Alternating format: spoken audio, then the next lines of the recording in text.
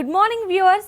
మనసుకు ఉల్లాసాన్ని, ఉత్సాహాన్ని, శరీరానికి శక్తిని ఇచ్చే మన ధ్యాన యోగ కార్యక్రమాన్ని స్టార్ట్ చేద్దామా?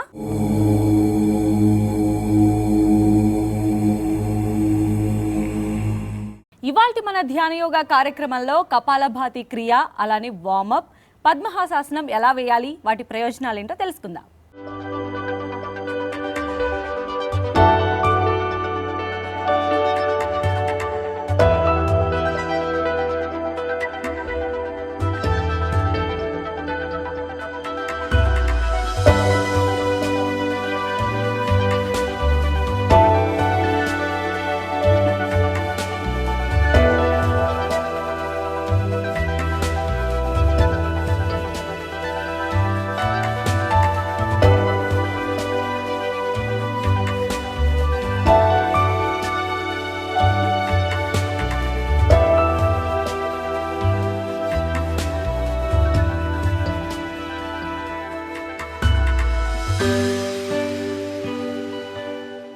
దైనందిన జీవితంలో ఒత్తిడి అనేది చాలా ఎక్కువైపోతుంది. అది మన ఆరోగ్యం పైన కూడా ప్రభావం చూపిస్తుంది. మరి ఈ ఒత్తిడిని అధిగమించి మనసును ప్రశాంతంగా, మెదడును చురుగ్గా, శ్వాసక్రియను బలంగా చేసుకోవడానికి ఈ కపాలభాతి అనేది ఎంతగానో దోహదపడుతుంది. మరి అది ఎలాగో ఇప్పుడు చూద్దాం. మనసును, మెదడును ప్రక్షాళన చేసే క్రియ కాబట్టి దీనిని కపాలభాతి క్రియ అంటారు. కపాలభాతి చేయటానికి ముందు వజ్రాసనంలో స్థిరంగా కూర్చోవాలి. చేతులను ఒళ్ళో పెట్టుకుని మానసికంగా రిలాక్స్డ్గా ఉండాలి. కళ్ళు మూసుకోవాలి. గాలిని ముక్కు ద్వారా లోపలికి తీసుకోవాలి. వెంటనే దానిని ముక్కు ద్వారానే బయటకు వదలాలి. నాభిని అంటే పొట్టని లోపలికి లాగి మళ్ళీ బయటకు వదలాలి. ఈ క్రియను చాలా వేగంగా చెయ్యాలి. మొదట్లో ఇబ్బంది పడినా సాధనతో సాధ్యమవుతుంది. ఆరంభంలో నిమిషానికి 20 నుంచి 30 సార్లు మాత్రమే ఈ క్రియను చేయగలిగిన వారు సాధనతో దీనిని నిమిషంలో 60 నుంచి 120కి పెంచగలరు. ఇది శ్వాసను, నాభిని అనుసంధానం చేసే క్రియ.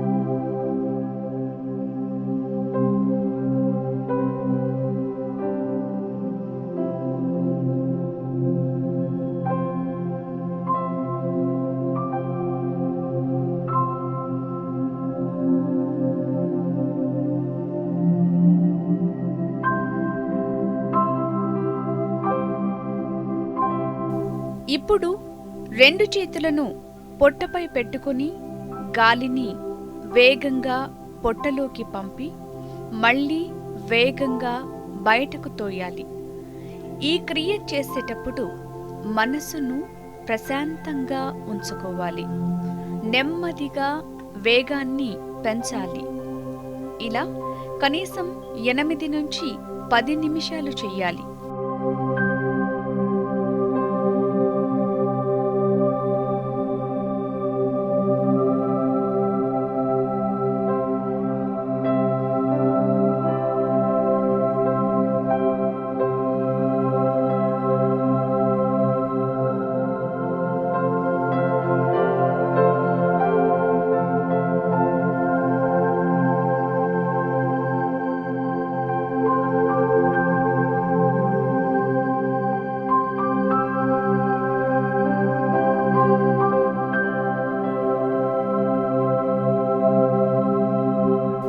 ఇప్పుడు నెమ్మదిగా ముందుకు వంగి తలను నేలకు తాకించాలి.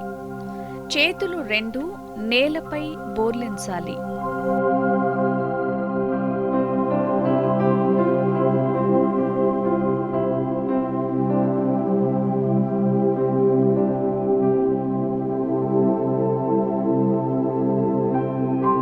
10 సెకండ్ల తర్వాత పైకి లేస్తూ చేతులను పక్కకు ఆపై పైకి చాపాలి.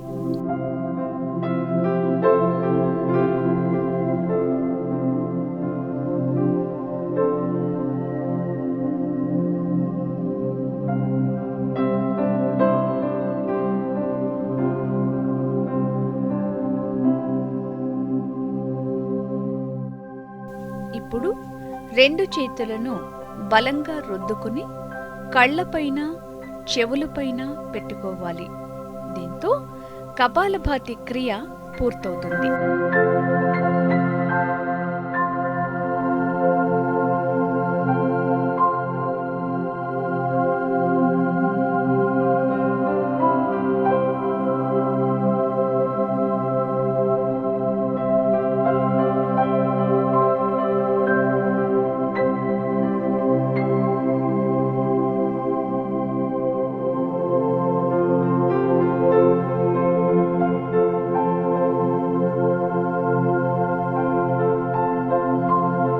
కపాలభాతి క్రియ ఎలా చేయాలో చూసాం కదా, మరి ఇప్పుడు దాని ప్రయోజనాలు ఏంటో తెలుసుకుందాం. కపాలభాతి ప్రయోజనాలు. కపాలభాతిని వేగంగా చేయటం వల్ల శ్వాస బాగా జరుగుతుంది.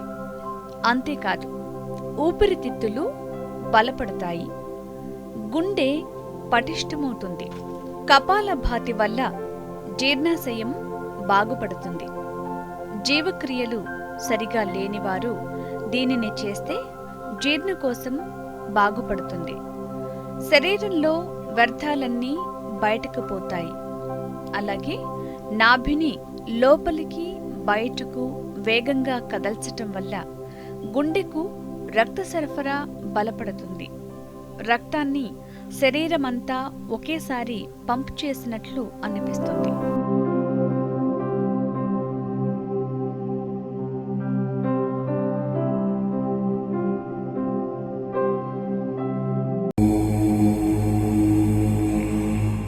శరీరాన్ని రిలాక్స్ చేసుకోవడానికి ఆసనానికి ముందుగా మనం వార్మప్ చేస్తాం. మరి అది ఎలాగో ఇప్పుడు చూద్దాం. వార్మప్ శరీరాన్ని తరువాత ఆసనం వేయటానికి సిద్ధపరిచే వ్యాయామం. కాళ్లను ముందుకు గాల్లోకి చాపి ఆపై ముడవాలి. దీనిని కాస్త స్పీడ్గా చేయాలి. ఆ సమయంలో మీ శరీరాన్ని బ్యాలెన్స్ చేసుకోవాలి.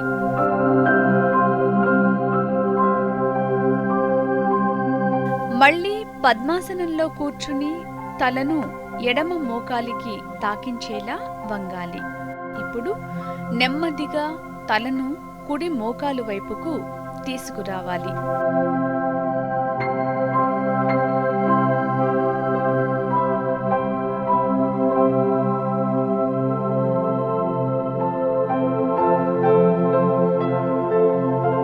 ఇలా 2 వైపులా స్ట్రెచ్ చేస్తూ వ్యాయామం చెయ్యాలి.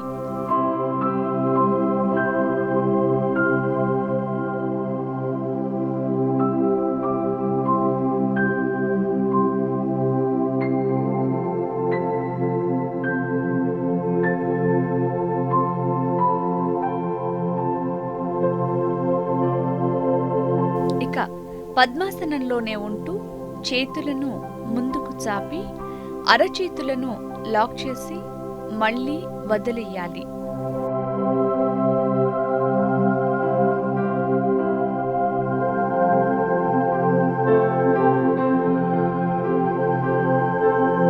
ఇలా కొద్దిసేపు చేశాక మణికట్టును గాల్లో సవ్యంగా అపసవ్యంగా తిప్పాలి.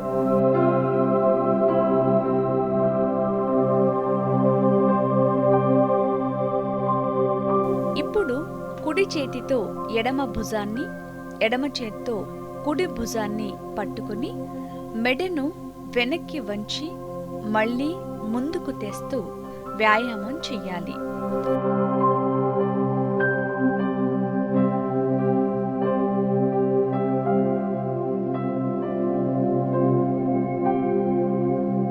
రెండు చేతులను 2 వైపులకు చాపి మళ్ళీ ముందుకు తేవాలి.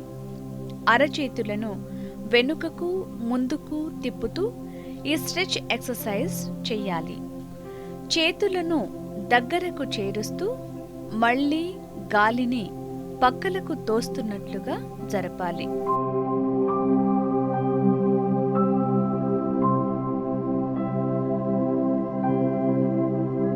ఆ తర్వాత పద్మాసనంలో ధ్యాన ముద్రలోకి రావాలి.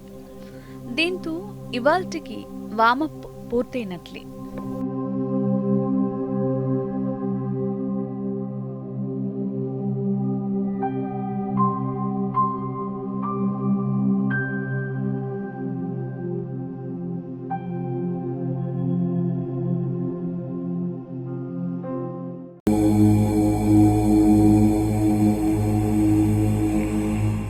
ఒత్తిడిని అధిగమించి ఏకాగ్రతను పెంచుకోవడానికి పద్మహాసాసనం ఎంతగానో ఉపయోగపడుతుంది.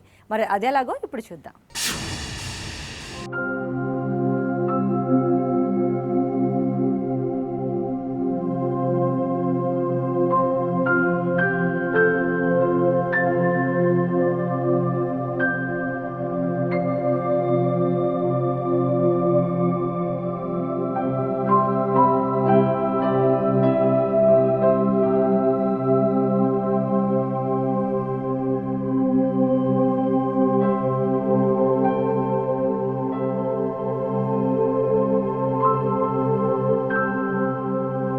ముందుగా పద్మాసనంలో కూర్చోండి. 2 చేతులను 2 మోకాళ్ల పైన పెట్టుకోండి.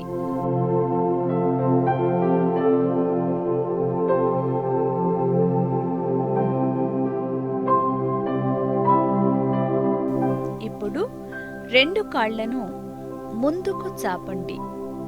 కుడి కాలిని మోకాలి దగ్గర వంచి ఎడమ కాలి మోకాలుపై పెట్టండి.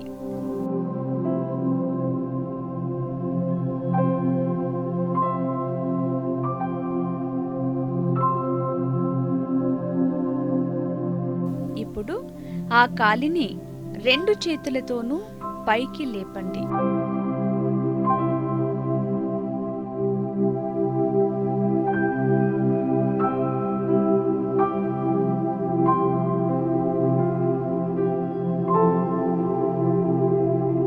పసిపిల్లలను చేతుల్లోకి తీసుకుని ఊరడించినట్లుగా కాలిని చేతుల మధ్య బంధించి అటూ ఇటూ కదపండి.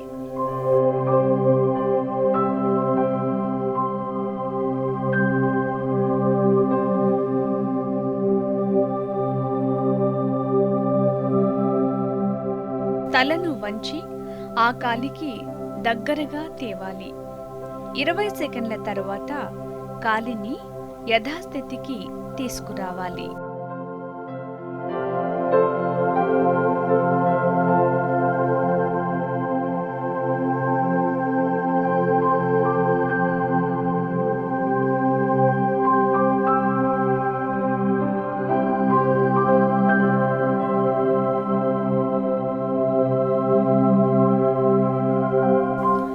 ఇప్పుడు ఎడమ కాలితోనూ ఇదే విధంగా చెయ్యాలి.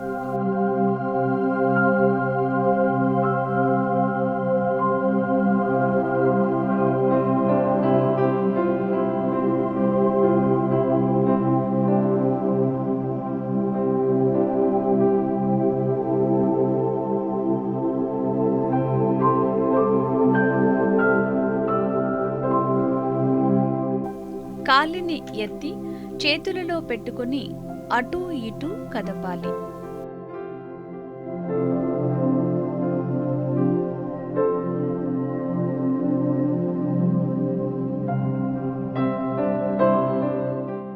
తలను ముందుకు వంచి కాలికి తాకించాలి.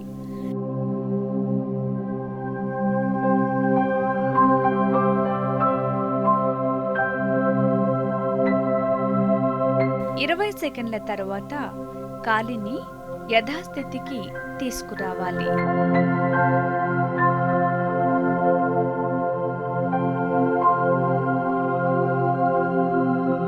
ఇప్పుడు 2 కాళ్లను ముందుకు చాపి ఆ తర్వాత మోకాళ్ల దగ్గర వంచాలి.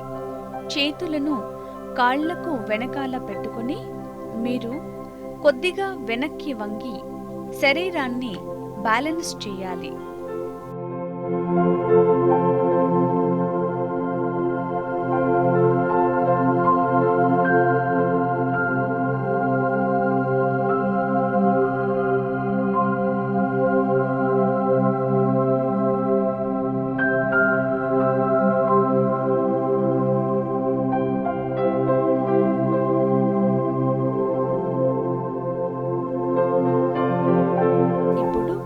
రెండు కాళ్లను మఠం వేయండి.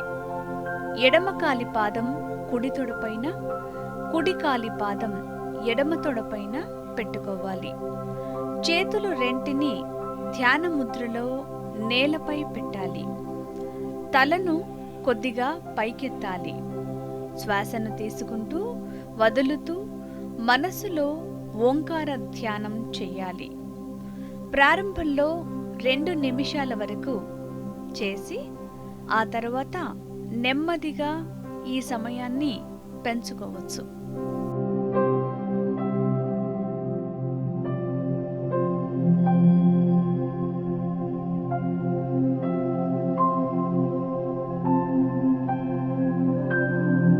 ఆ తర్వాత నెమ్మదిగా ముందుకు వంగాలి. చేతులను నేలపై ఆంచి నెమ్మదిగా కాళ్లను పైకి లేపాలి.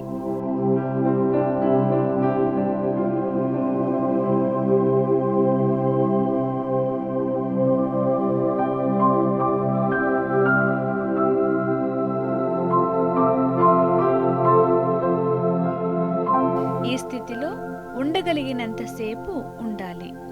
ఆ తర్వాత నెమ్మదిగా రిలాక్స్ కావాలి.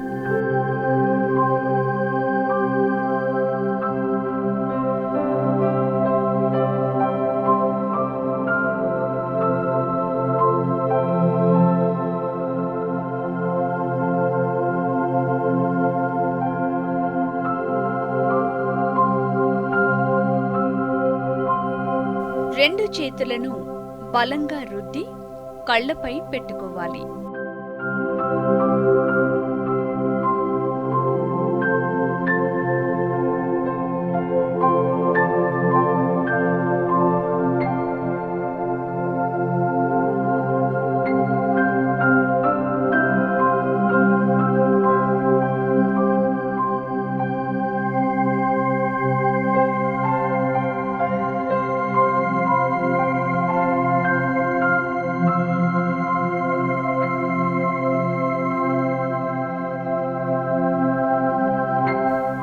ఇప్పుడు మళ్ళీ పద్మాసనంలోకి ధ్యాన ముద్రలోకి రావాలి.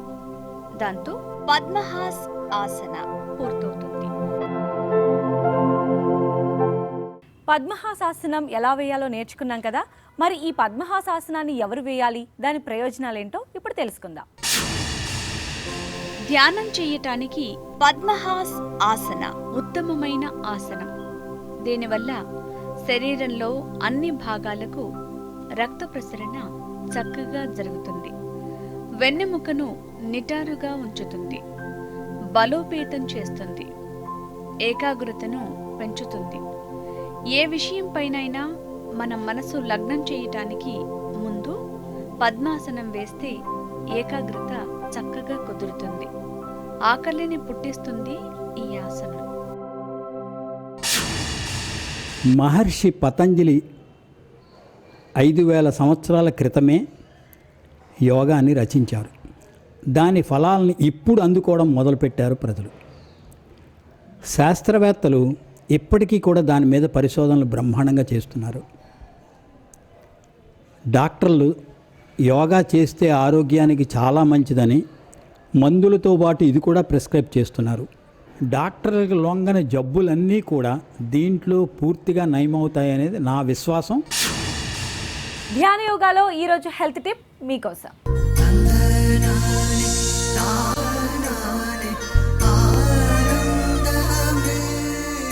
వరణ్య ఆయుర్వేదిక్ రిసార్ట్ వారి చిట్కా. మేకపాలను తీసుకొని అందులో ఉసిరికి వల్ప చూర్ణం కలుపుకొని పేస్ట్ వలె తయారు చేసుకొని తలకు అప్లై చేసుకుని రాత్రి అంతా ఉంచి ఉదయం లేవగానే హెర్బల్ షాంపూతో తలంటుకుంటే జుట్టు బాగా పెరుగుతుంది, గ్లో కూడా వస్తుంది.